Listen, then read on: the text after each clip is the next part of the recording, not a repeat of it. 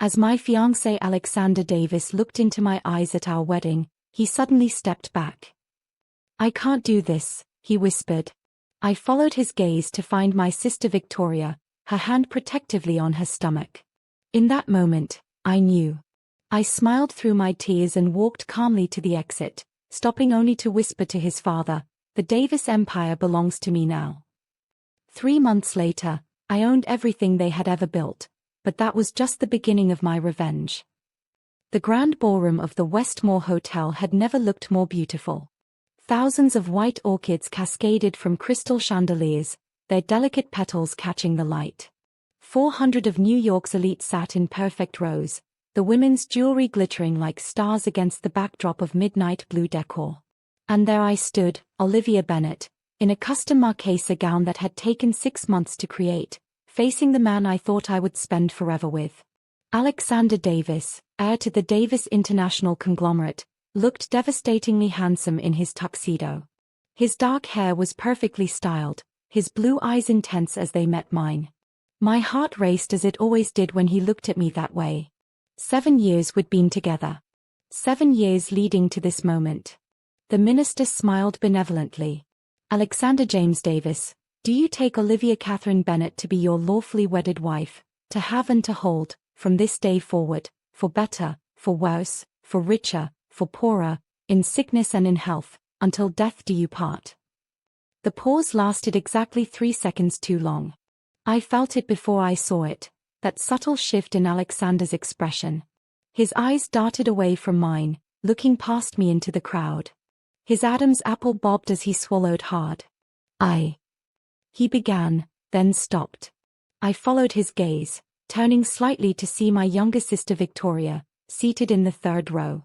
She was beautiful as always in pale blue silk, her blonde hair identical to mine but cut shorter. As our eyes met, her hand moved to rest protectively over her stomach. The gesture was unmistakable. The ballroom fell silent. Not the reverent silence of a wedding ceremony, but the suffocating silence of collective shock. "I can't do this," Alexander whispered, loud enough for the front rows to hear. "I'm sorry, Olivia." I should have collapsed. I should have screamed or wept or slapped him. That's what everyone expected, what Alexander expected, judging by the way he flinched when I turned back to face him. Instead, I smiled. A real smile that reached my eyes, surprising even myself with how calm I felt. "I understand," I said simply, my voice carrying through the silent ballroom. I removed the Harry Winston diamond from my finger, placing it gently on the Bible the minister held. Then I turned, head high, and began walking back down the aisle I had ascended just minutes before on my father's arm. My mother's stifled sob cut through the silence. My father half rose from his seat, his face ashen. Victoria wouldn't meet my eyes now, staring at her lap as tears spilled down her cheeks. Crocodile tears, I knew that even then. As I passed the front row on the groom's side, I paused beside Richard Davis, Alexander's father and CEO of Davis International. The man who had welcomed me into their family with expensive gifts and empty smiles. The man who had insisted on the elaborate merger agreement between our family's companies that accompanied our engagement. I leaned down, my lips close to his ear, my voice for him alone. "Remember contract clause 27.b? The Davis empire belongs to me now." The color drained from his face as the implication hit him. His fingers gripped the pew until his knuckles turned white. I continued walking, my pace unhurried, back straight, smile intact. The whispers began to ripple through the crowd like wind through tall grass. I heard none of it. The double doors opened before me, and I stepped out into the hotel corridor where confused waitstaff were preparing champagne for a celebration that would never happen. Once inside the white Rolls-Royce that had brought me to the hotel, alone now, no new husband beside me, I finally allowed my smile to fade. Not into tears as the driver might have expected, watching me anxiously in the rearview mirror, but into something harder. Colder. I took out my phone and dialed a number I had hoped I wouldn't need to use. "Mr. Blackwood? Execute Plan Omega. The Davis family just made their final mistake."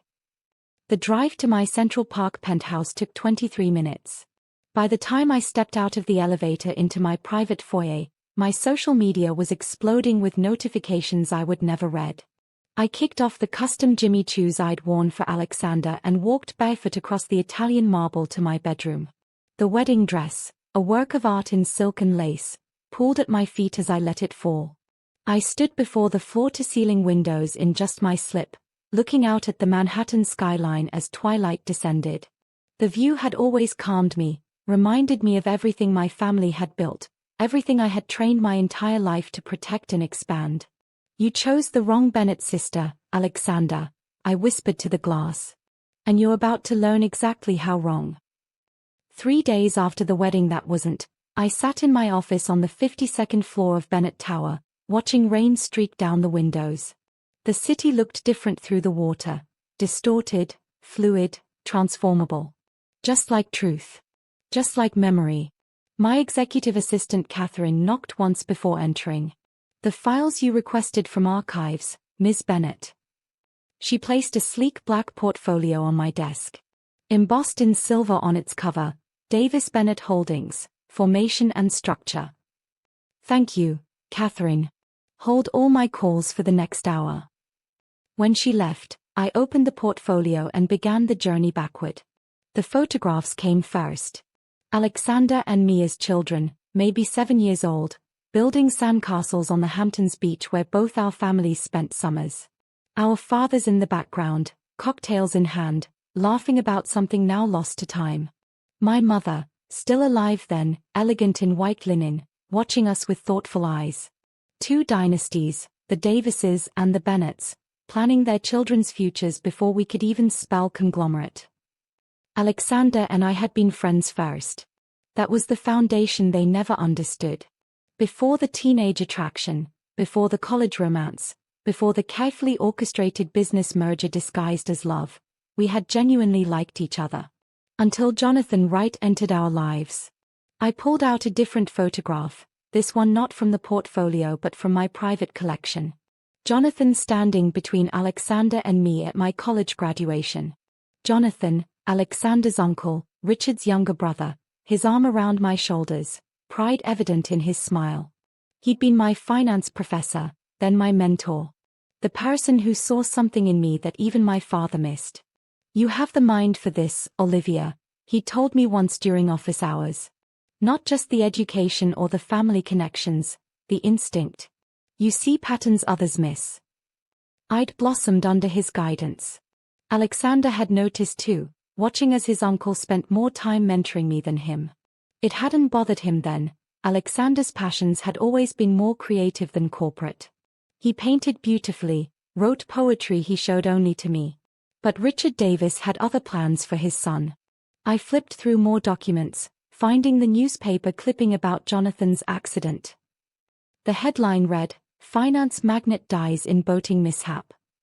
The photograph showed his yacht, the Cassandra, listing badly in Caribbean waters. My fingers traced his name on the paper. Jonathan Wright, 47. No foul play suspected. But I had suspected.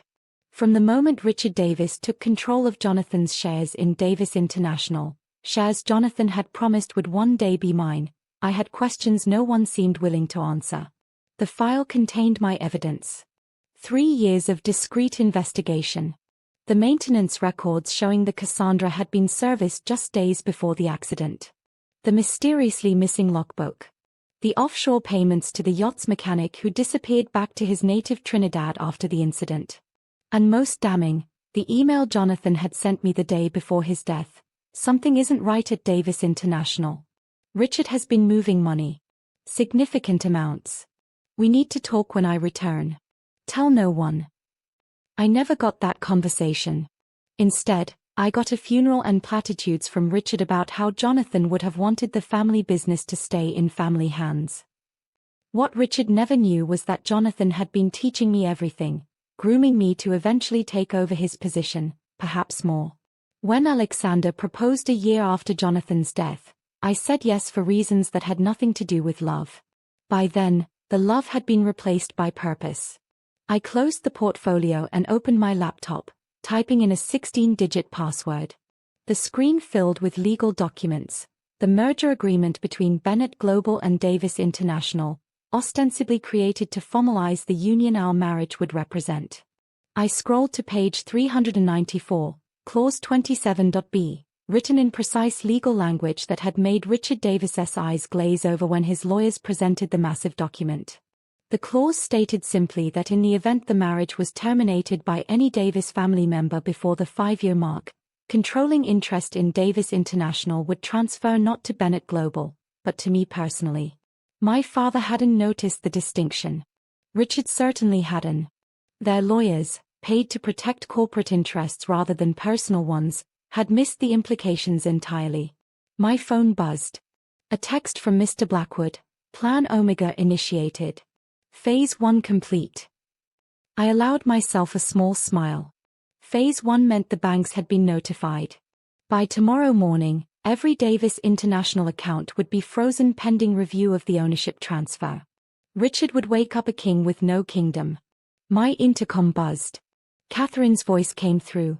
Miss Bennett, your sister Victoria is here. She doesn't have an appointment, but she's insisting on seeing you. I stared at the black and white photograph of Jonathan on my desk, his kind eyes looking back at me.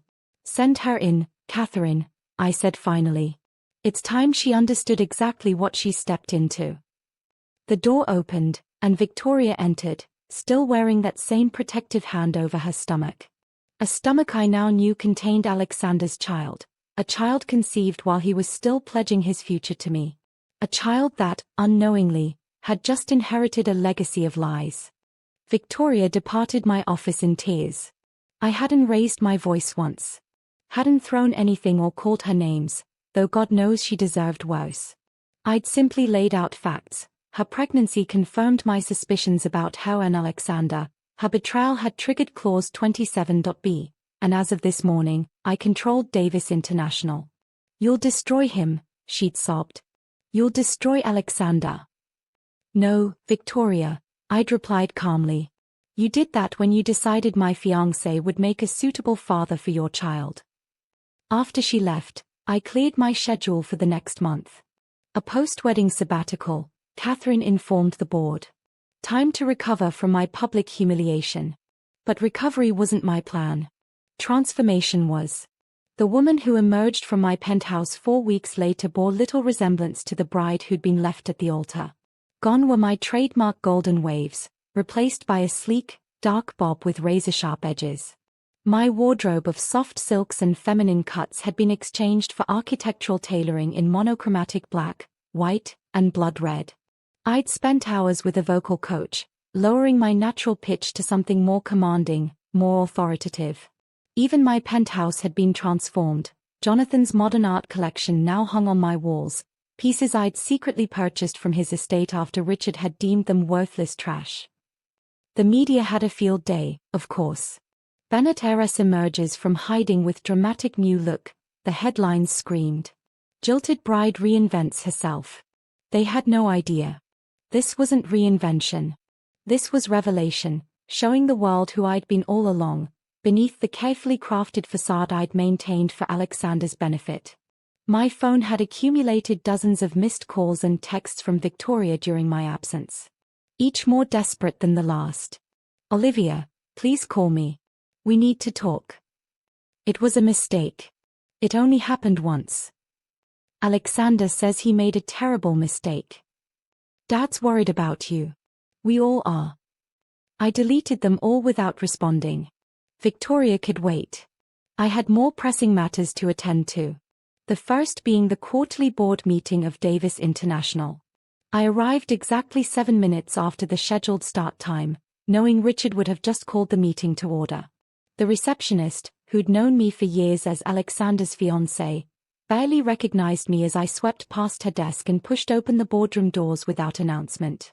20 faces turned toward me in unison. Richard Davis sat at the head of the table, mid-sentence, a presentation about third-quarter projections on the screen behind him. Alexander sat to his right, his expression shifting from shock to fear as he registered my presence. Ms. Bennett, Richard recovered quickly, forcing a tight smile. This is a closed meeting for Davis International executives and board members only. If you'd like to schedule a time to talk. That won't be necessary, I interrupted, my voice carrying to every corner of the room without raising it. I believe my name is on the agenda under new business. I set my leather portfolio on the table and extracted a single document, sliding it toward Davis International's legal counsel, Harold Winters. A man who'd patted my hand at parties and called me dear girl for 7 years. This is a notification of change in controlling interest, effective as of 9 a.m. yesterday, I said. I now hold 51% of voting shares in Davis International, as per the terms of Merger Clause 27.b. Harold's face paled as he scanned the document. This can't be right. The merger was contingent upon the marriage. The merger was contingent upon many things, I corrected him, including that neither party terminate the engagement. Your client's son made a rather public decision to do exactly that 3 days ago. Perhaps you should have read the fine print more carefully, Harold. Alexander stood up, knocking his chair backward. This is ridiculous. You can't possibly. Mr. Winters, I turned to the lawyer, ignoring Alexander completely. Please confirm the validity of that document. Harold looked at Richard, whose face had gone from confident to ashen in 30 seconds. Richard gave a barely perceptible nod. The lawyer swallowed hard. It appears to be in order, he admitted. The boardroom erupted in whispers. I remained standing, perfectly still, as Richard attempted to regain control. This meeting is adjourned, he announced. We need to consult with our legal team before proceeding. No, I said simply. This meeting will continue. But you're right about one thing, Richard. Your services as CEO are no longer required. I walked to the head of the table, gesturing for him to vacate the chair. For a moment, I thought he might refuse, but Harold placed a restraining hand on his arm and whispered something in his ear. Slowly, Richard stood. You won't get away with this, he hissed as we passed each other. I already have, I replied, just as quietly. I took my place at the head of the table, surveying the shocked faces of the Davis International leadership team. Men who dismissed me for years as nothing more than a decorative accessory to Alexander. Men who'd never suspected what I was capable of. My first act as majority shareholder, I announced, is to call for a full audit of all company finances for the past 5 years. With particular attention to offshore accounts and transactions following the death of Jonathan Wright. Richard, halfway to the door, froze. I smiled at the assembled board members. And I'm just getting started, gentlemen. This isn't revenge, I said, echoing the words I'd rehearsed for a month. This is justice for Jonathan Wright. The name hung in the air like a ghost finally given voice. Several of the older board members shifted uncomfortably, avoiding my gaze. They knew. They'd always known. And now, so would everyone else. My first week as de facto CEO of Davis International was spent assembling my team. I didn't choose the obvious candidates, the eager young MBAs Richard had hired as his yes men, or the old guard who'd been with the company for 30 years. Instead, I found Jonathan's people. The ones Richard had sidelined, demoted, or pushed to the fringes after Jonathan's death. Eliza Chen had been Jonathan's chief financial strategist until Richard restructured her into a minor role analyzing Southeast Asian markets. James Koslov, Jonathan's brilliant legal mind, had been shipped off to the Tokyo office to handle routine contracts. Dr. Amora Okafor, the company's former head of research and Jonathan's close friend, had been encouraged to retire at the age of 52. I brought them all back to the New York headquarters, installing them in the executive suite with corner offices that looked directly into Richard's former domain, my office now.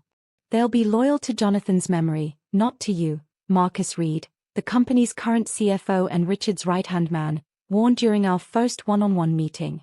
You're making enemies you don't need. Marcus was 45, impeccably dressed with a smile that never reached his eyes. I'd kept him on staff deliberately. Keep your friends close, and your enemies closer. Is that concern for my well-being, Marcus? I asked, studying him over the rim of my coffee cup. Or for yours? His smile tightened. I'm merely pointing out that running a company of this size requires allies. I don't need allies, I replied. I need competence. Jonathan trusted these people. That's recommendation enough. Marcus placed his hands flat on my desk, leaning forward slightly. Richard Davis built this company from the ground up. He's made mistakes, but Richard Davis has made exactly one mistake that concerns me, I interrupted. He underestimated me. Don't make the same error. After Marcus left, I buzzed for Catherine. She entered carrying a slim black folder. Everything on Marcus read as you requested, she said, placing it on my desk. Including his monthly calls to a numbered account in the Cayman Islands and his weekly meetings with Richard Davis that don't appear on any official calendar. I smiled. You're worth your weight in gold, Catherine. It's mostly public information if you know where to look, she replied with a modest shrug. And Richard's assistant is remarkably indiscreet after a few drinks. I opened the folder, scanning its contents. Perfect. Make sure Eliza gets a copy of this. I want every financial decision Marcus has made in the last 3 years scrutinized with a microscope. My phone lit up with an incoming call, Victoria again. I silenced it without a glance. Your sister has called 17 times today, Catherine observed. She's not I paused, considering. Victoria's calls could prove useful. Actually, tell me when she calls next. I'll take it. When the call came an hour later, I answered with deliberate coolness. Victoria. What a surprise. Olivia, please. Her voice was raw, desperate. I've been trying to reach you for weeks. Alexander won't stop crying. Richard is threatening to disown him. Everything's falling apart. How unfortunate, I replied, letting the silence stretch uncomfortable seconds. I'm showing now, she said finally. 4 months along. Alexander wants to make it right, to give the baby his name. We're talking about getting married. The revelation should have hurt. Instead, I felt a cold satisfaction. And you calling to invite me to the wedding? How thoughtful. I'm calling because Alexander thinks you might reconsider. About the company. He says if you give it back, his father might be willing to. To what? Forgive me for being discarded? Allow me back into the Davis family fold. I laughed, the sound harsh even to my own ears.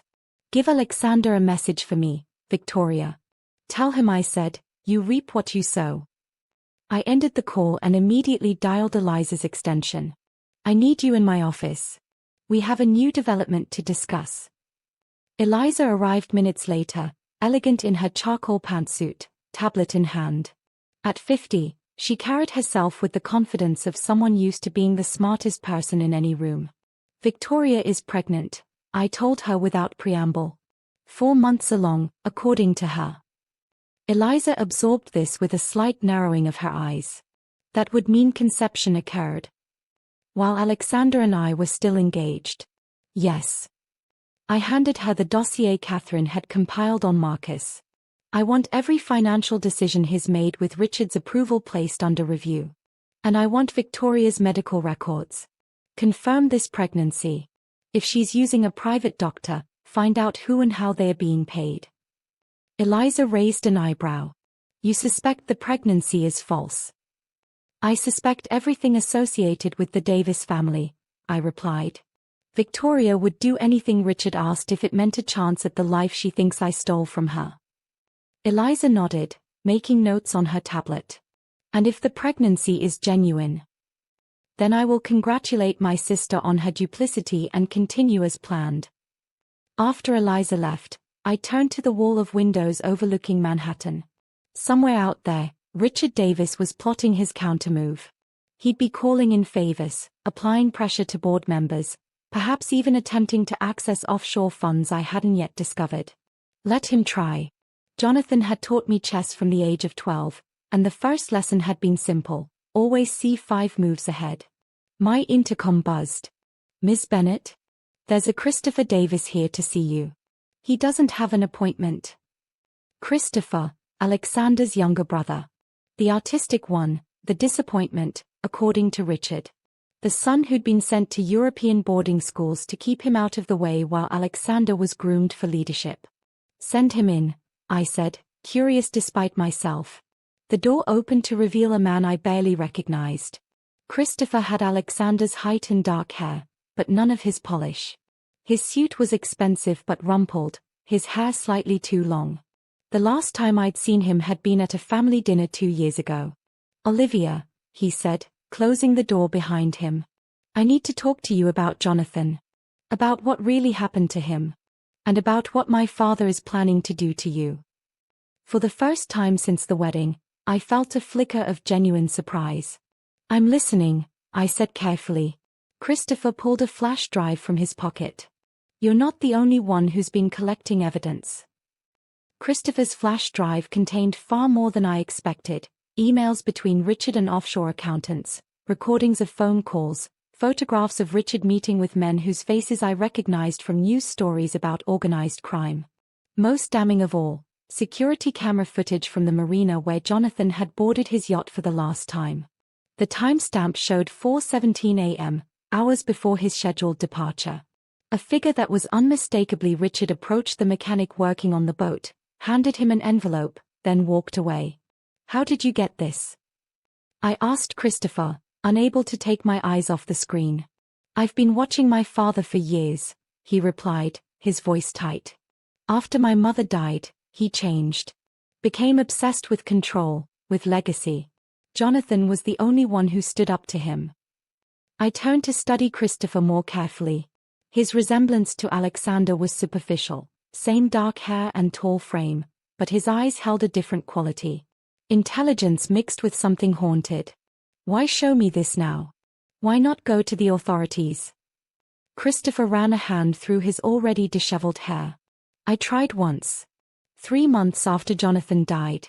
The detective I spoke to was found with cocaine in his apartment the next day. Career ruined. Message received. And now my father is planning something worse than corporate sabotage. He's desperate, Olivia. I've never seen him like this." "What exactly is he planning?" Christopher hesitated. "You should be careful about your parents. Father mentioned them specifically." A cold weight settled in my stomach. My parents had retreated to their Connecticut estate after the wedding disaster, purposely avoiding the media circus. I'd spoken to my father only once, a terse conversation where he demanded to know what I'd done, how I'd seized control of Davis International. He hadn't waited for an answer before hanging up. "Are you saying Richard would threaten my family?" I asked, keeping my voice steady. "I'm saying my father doesn't lose gracefully. And has lost more than he can bear." I picked up my phone, sending a quick text to Mr. Blackwood. Within seconds, he replied with a single thumbs-up emoji. My parents would be quietly moved to the Bennett property in Switzerland by morning, with a security detail Richard could never penetrate. "Thank you for the warning," I told Christopher. "But you still haven't explained why you're helping me." He smiled faintly. "Maybe I've always had a crush on my brother's fiancée. Or maybe I just want to see my father finally face consequences. Both sound plausible, but I doubt either is the whole truth," I replied, studying his face. "Jonathan was more of a father to me than Richard ever was," Christopher said after a moment. "He sent me art books when I was at boarding school. Called me every Sunday.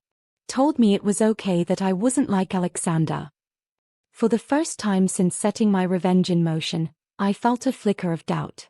I'd been so focused on punishing Richard and Alexander that I hadn't considered the complexity of the situation, the innocent people caught in the crossfire. Christopher. The thousands of Davis International employees whose jobs might be at risk if I pursued this vendetta too ruthlessly. "What do you want from me?" I asked. "Justice for Jonathan. Not destruction of everything he helped build." Before I could respond, my phone buzzed with an urgent alert from security. The company's firewall had detected a sophisticated hacking attempt targeting our financial servers. "I need to deal with this," I told Christopher. "Stay here." I called Eliza, who confirmed what I suspected. "It's coming from inside the company. Someone with high-level access is trying to transfer $50 million from our primary accounts to an untraceable destination." "Marcus," I said immediately. "Most likely. I've locked down the system and alerted cybersecurity. But Olivia, there's something else. The gravity in her voice made me straighten. What? The audit team found something in those files you asked us to review. Emails between Richard and Victoria going back 18 months. She's been feeding him information about your father's company long before your engagement to Alexander was announced. The betrayal shouldn't have hurt. I'd already known Victoria was sleeping with Alexander behind my back, but this was different. This was calculated, long-term deception. There's more, Eliza continued. Victoria's pregnancy is definitely false. We traced payments from Richard to a specialist in prosthetic pregnancy bellies, the kind used in films. 3 separate payments over the last 2 months. I thanked Eliza, ended the call, and turned back to Christopher, who had been pretending not to listen. Your father is using my sister to manipulate me, I said flatly. Christopher nodded. He uses everyone. It's what he does. I paced to the window, mind racing. Richard was getting desperate, resorting to cyber attacks and elaborate deceptions. That made him dangerous but also vulnerable. My intercom buzzed. Ms. Bennett? Marcus Reed is here to see you. He says it's urgent. Perfect timing. I pressed the button. Send him in. Marcus entered, his usual composure notably absent. His tie was askew, a thin sheen of sweat visible on his forehead. Marcus, I greeted him coolly. Just the man I wanted to see. Olivia, there's been a security breach, he began, then stopped when he noticed Christopher. What is he doing here? Helping me understand the full scope of your employer's crimes, I replied. Including your own. Marcus paled. I don't know what you're talking about. I turned my laptop around, showing the evidence of the hacking attempt, the timestamps matching perfectly with Marcus's building entry. Cybercrimes. Financial fraud. And if I'm not mistaken, conspiracy to commit murder. Shall I continue? Richard has leverage on your father, Marcus blurted, desperation evident. Tax evasion. Serious fraud. If you don't back off, he'll destroy Bennett Global and send your father to prison. My blood went cold, but I kept my expression neutral. Is that a threat, Marcus? It's a reality. Give Richard back his company, and this all goes away. I glanced at Christopher, whose face had hardened. The dilemma was clear: protect my family or get justice for Jonathan. Unless there was a third option I hadn't considered yet. The press conference was Richard's idea of a masterstroke. I watched it unfold on the large screen in my office, surrounded by my core team, Eliza, James, Dr. Okafor, and a surprisingly steadfast Christopher. Richard stood at the podium in the Davis International Media Room, Alexander at his side looking appropriately somber. The room was packed with financial reporters, all hungry for the drama that had been unfolding in real time on Wall Street since my takeover.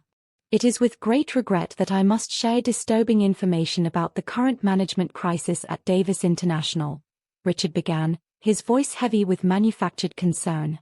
Evidence has come to light suggesting serious financial improprieties and corporate manipulation by Olivia Bennett. The screen split to show Davis International stock price dropping in real time, a 5% dip just on Richard's opening statement. Ms. Bennett, through a deliberate misrepresentation of contractual terms and a personal vendetta following my son's decision to end their engagement, has seized control of this company under false pretenses. Alexander stepped forward, his handsome face drawn. I never wanted this to become public, but Olivia has been manipulating company documents for years. She had access to sensitive information through our relationship, and we have evidence suggesting she altered Jonathan Wright's will and falsified communications from him prior to his tragic accident. The accusations were outrageous, but delivered with such conviction that I knew some would believe them. The stock price fell another 3%. They are desperate, Eliza commented, her eyes never leaving the screen. But effective, James added. The board will be calling within minutes. On cue, my phone lit up with incoming calls from multiple board members. I silenced it. We have officially requested a criminal investigation, Richard continued. And we call upon the board of directors to suspend Ms. Bennett's authority pending a full review. The reporters erupted with questions, which Richard fielded with practiced ease, painting a picture of me as a woman scorned, using corporate manipulation to exact revenge. Alexander stood by, occasionally nodding gravely or offering a pained expression at particularly damning assertions. Just as the press conference ended, Catherine entered with a sealed envelope. "Courier just delivered this. Marked urgent and confidential." Inside was a simple note in Richard's precise handwriting: 24 hours to resign and return control, or I release everything I have on your father. Your choice. I looked around at my team, these people who had put their trust in me. Richard is making his move. He's betting I'll sacrifice justice for Jonathan to protect my family. Will you? Christopher asked quietly. I didn't answer immediately. Through the glass walls of my office, I could see the executive floor buzzing with activity. Phones ringing, people huddled in concerned groups, eyes darting toward my office. The empire Jonathan had helped build was teetering. Ms. Bennett, Catherine called from her desk. Victoria Bennett is on line 1. She says it's urgent. Victoria? What new angle was Richard working now? I put the call on speakerphone so my team could hear. Victoria. Calling to gloat about the press conference. Olivia, listen to me. Victoria's voice was uncharacteristically shaky. I'm at the Millennium Hotel, room 1214. I need to see you. It's about Richard. I found something. Something he doesn't know I have. And why would you share anything with me? I asked coldly. You've been working with Richard for over a year. You're wearing a fake pregnancy belly at his request. A sharp intake of breath on the other end. Then, how did you? Never mind. Yes, I've done terrible things. But you don't understand. Richard isn't just planning to release information about Dad. He has something much worse planned. What could be worse than trying to send our father to prison? The files, Olivia. The ones on Jonathan's private server. The ones that exposed what Davis International was really doing in Eastern Europe. I glanced at Dr. Okafor, whose eyes had widened. What are you talking about, Victoria? Richard didn't just kill Jonathan because of company control. He killed him because Jonathan found out about the money laundering. Billions in dirty money from Russian oligarchs, filtered through Davis International subsidiaries. The room went utterly silent. Richard has initiated the final transfers, Victoria continued. His cleaning house, cutting ties. Once that's done, he plans to release doctored versions of the files implicating you and Dad instead. It's already in motion. Why are you telling me this? I demanded. Why the sudden attack of conscience? Victoria's voice dropped. Because I found out what happens to people Richard no longer needs. I heard him talking to Marcus about me, about how I've served my purpose. The fear in her voice sounded genuine, but I'd been fooled by my sister before. If you're lying to me, Victoria. I'm not, she interrupted. I have access to Richard's private server. All his communications, his plans, everything. I can give it to you. After I hung up, the team erupted in debate. James thought it was a trap. Eliza wanted to hear Victoria out. Christopher remained silent, watching me. What do you think? I finally asked him. I think my father would absolutely discard Victoria once she's no longer useful, he said quietly. And I think he's desperate enough to frame you and your father for his crimes. I made my decision. Eliza, contact your sources at the SEC and the FBI. Have them ready but tell them to wait for my signal. James, prepare documentation for an emergency board meeting. Dr. Okafor, you worked with Jonathan on the Eastern European ventures. I need everything you remember. And Victoria? Christopher asked. I'll meet with her, I said, reaching for my coat. But not alone. Christopher stood. I'm coming with you. As we headed for the elevator, my phone rang again, the board chairman. This time, I answered. Ms. Bennett, in light of the serious allegations made today, the board is calling an emergency meeting tomorrow at 10 a.m. to discuss your position as controlling shareholder. Perfect timing, I replied coolly. I was about to call a meeting myself.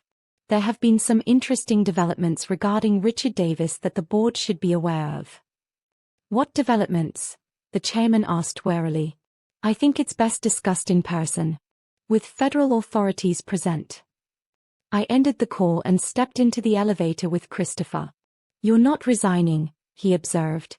No, I said as the doors closed. I'm accelerating. The Davis International boardroom was filled to capacity at 9:58 a.m. Board members in somber suits, legal teams with stacks of documents, financial advisors nervously checking the company's plummeting stock price on their phones. Richard arrived at precisely 10 a.m., Alexander a half step behind him. They dressed for victory, Richard in his trademark charcoal briny suit, Alexander in navy, both wearing red ties that matched Davis International's logo. Their expressions reflected absolute confidence as they took their seats at the far end of the table. Richard's eyes swept the room, faltering slightly when they landed on Christopher, sitting quietly in the corner. Then his gaze fixed on me. Ms. Bennett, he said with a tight smile. I understand you've called this meeting to announce your resignation. Not quite, I replied. The boardroom doors opened again. Eliza entered, followed by two men in dark suits who took positions at the back of the room. Richard's eyebrows lifted in silent question. Richard Davis, I began, standing to address the board, has requested this emergency meeting based on allegations that I have engaged in corporate manipulation, document forgery, and other illegal activities. Before I address these claims, I'd like to share some information that has recently come to light. I nodded to Catherine, who distributed sealed folders to each board member. What is this? The board chairman asked, opening his folder. Evidence, I replied simply, of what really happened to Jonathan Wright. And why? Richard's face remained impressively neutral, but Alexander shifted uncomfortably in his seat. The contents of those folders include banking records from 16 Davis International subsidiaries, showing systematic money laundering for Russian oligarchs and various criminal organizations over the past decade. The operation was personally overseen by Richard Davis and concealed from most of this board. The room erupted in whispers. Richard stood abruptly. This is absurd, he declared. More desperate fabrications from a woman who... The evidence has been verified by independent forensic accountants, I continued calmly, and corroborated by multiple witnesses, including Marcus Reed, who I believe is currently meeting with federal prosecutors to negotiate his cooperation agreement. That was a calculated bluff. Marcus was actually in the building's security office, under guard, but Richard's momentary flash of panic told me it had hit home. Jonathan Wright discovered this operation shortly before his death, I continued. He documented his findings on a private server and sent me an email the day before he died, indicating he had found evidence of serious financial crimes. I gestured to the screen behind me, which displayed Jonathan's email. The next day, Jonathan was dead. Security footage from the marina, which is included in your folders, shows Richard Davis meeting with the yacht's mechanic at 4:17 a.m., hours before Jonathan's departure. The board members were now frantically flipping through their folders, expressions ranging from shock to outrage. This is all circumstantial, Richard countered, struggling to maintain his composure. And irrelevant to today's agenda, which is Ms. Bennett's fraudulent takeover of this company. Which brings us to the second part of your folders, I said. Emails between Richard Davis and Victoria Bennett dating back 18 months, showing a conspiracy to infiltrate Bennett Global and eventually force a merger that would give Davis International access to Bennett's clean financial channels. I looked directly at Alexander. Your relationship with me was orchestrated from the beginning. Victoria was Richard's backup plan if I proved uncooperative. Alexander paled. That's not true. I loved you, Olivia. Alexander was unaware of the full extent of his father's plans, I acknowledged. But he was quite willing to participate in the deception once it served his interests. Richard's phone buzzed. He glanced at it, and for the first time, real fear crossed his face. Ah, I said. That would be Marcus officially agreeing to cooperate with the federal investigation. The two gentlemen at the back of the room are from the FBI's Financial Crimes Division. They are here as observers only, for now. Richard's composure finally cracked. Whatever you think you know, you don't have the full picture. Jonathan was going to destroy this company with his self-righteous morality. Everything I did was to protect what my father built. The outburst stunned the room into silence. Alexander stared at his father in horror. You really did it? Alexander whispered. You had Uncle Jonathan killed. Richard seemed to suddenly remember where he was. He straightened his tie, visibly pulling himself together. These accusations are preposterous, he said, but his voice lacked conviction. And I refuse to dignify them with. He clutched suddenly at his chest, face contorting. Christopher was at his side instantly, lowering him into his chair. Someone call an ambulance, Christopher ordered as Richard's breathing became labored. The next 30 minutes unfolded in chaos. Paramedics rushing in. Richard being wheeled out on a stretcher. Alexander following in panicked confusion. Board members huddled in shocked consultation with their lawyers. When the room finally quieted, the chairman turned to me. Ms. Bennett, in light of these extraordinary revelations, I believe we should adjourn this meeting until. With respect, Mr. Chairman, I interrupted, we still have company business to address. I propose we continue.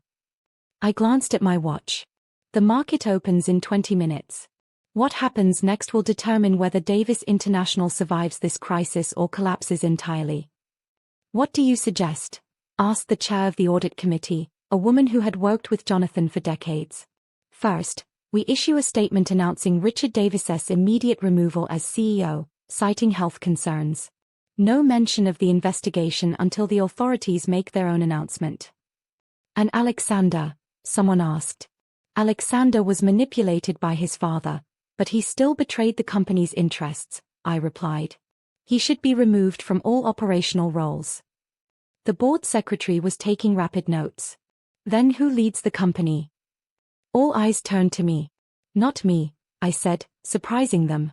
I propose Christopher Davis as interim CEO. Christopher, who had returned from seeing his father into the ambulance, looked stunned.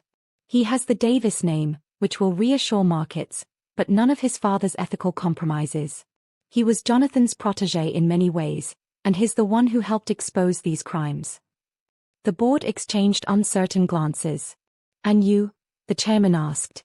I'll remain as controlling shareholder and chair of the ethics committee we're about to create, I said.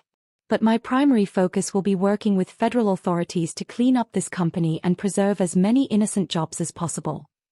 As the board began deliberating, Christopher approached me. Why? He asked quietly. After everything my family did to you, why give me this chance? I thought of Jonathan, of what he would have wanted for his nephew, for his company. Because this was never about destroying Davis International, I replied. It was about justice for Jonathan. And sometimes justice looks like building something better from the ruins. 1 year later, I stood at the podium in the Davis International lobby, now renamed Wright Davis Global. Behind me, a bronze plaque bearing Jonathan's likeness gleamed under the soft lighting. Jonathan Wright believed that business should be both profitable and ethical, I told the assembled crowd of employees, press, and dignitaries. Today, as we officially launch the Jonathan Wright Foundation for Corporate Ethics, we honor not just his memory, but his vision. The past 12 months had been transformative. Richard Davis had survived his heart attack, only to face federal prosecution for financial crimes, conspiracy, and his role in Jonathan's death. The evidence Victoria had provided from his private server had been damning. Explicit instructions to sabotage Jonathan's yacht, conversations with criminal organizations, plans to frame me and my father if necessary. Richard had eventually accepted a plea deal to avoid a life sentence. 20 years in federal prison, forfeiture of all personal assets, and full cooperation with ongoing investigations into his criminal associates. Alexander had faced lesser charges, obstruction of justice, perjury during the initial investigation of Jonathan's death, but his willingness to testify against his father had earned him leniency. 5 years probation, community service, and permanent removal from any role at the company. Victoria's cooperation had saved her from prosecution entirely. Her testimony about Richard's manipulation, the fake pregnancy scheme, and his plans to discard her had been crucial to the case. She'd spent 6 months in a rehabilitation center in Switzerland, working through the damage Richard had inflicted on her psyche. Our relationship remained complicated. Healing, but fragile. The ceremony concluded with Christopher unveiling the Foundation's mission statement, written in Jonathan's own words, "Profit without principle is theft." As the crowd dispersed toward the reception, Christopher joined me near the plaque. He would have been proud, he said quietly. Not just of the Foundation, but of what you've accomplished with the company. Wright Davis Global had emerged from the scandal stronger than ever. The stock had recovered and then soared as we'd implemented Jonathan's original vision: ethical business practices, transparent operations, and strategic diversification. What we've accomplished, I corrected him. You've been an exceptional CEO. Christopher smiled, his eyes crinkling at the corners in a way that reminded me of Jonathan. I had an exceptional chairwoman to keep me in line. We'd developed a surprisingly effective partnership over the past year. His creativity balanced my strategic thinking. His warmth softened my harder edges. We'd rebuilt the company around principles Jonathan would have approved of, and in the process, found unexpected common ground. Have you visited him today? Christopher asked. I nodded. This morning. Left some of those ridiculous blue flowers he always liked. Jonathan's grave was simple but elegant, overlooking the sea he had loved. I visited weekly, sometimes to talk through difficult decisions, sometimes just to sit in peaceful silence. I have something for you, Christopher said, reaching into his jacket pocket. He handed me a small, worn envelope. We found this in one of Jonathan's old storage units. It's addressed to you. My name was written in Jonathan's familiar handwriting. The envelope had been sealed, then opened, then resealed with tape. Did you read it? I asked. Christopher shook his head. Richard did, years ago. That's how he knew about you and Jonathan.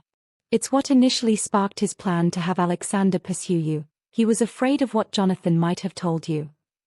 My hands trembled slightly as I opened the envelope and unfolded the single sheet of paper inside.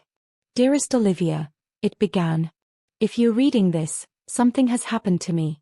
I've been investigating irregularities in Richard's operations, and what I've found is worse than I initially feared.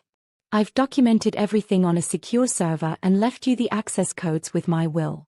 Be careful, Richard is dangerous when cornered. I had planned to tell you this in person, but since you're reading this letter, I never got the chance. I've spoken with your father, and we've agreed that the time has come to merge our companies properly. Not just as a business arrangement, but as a family.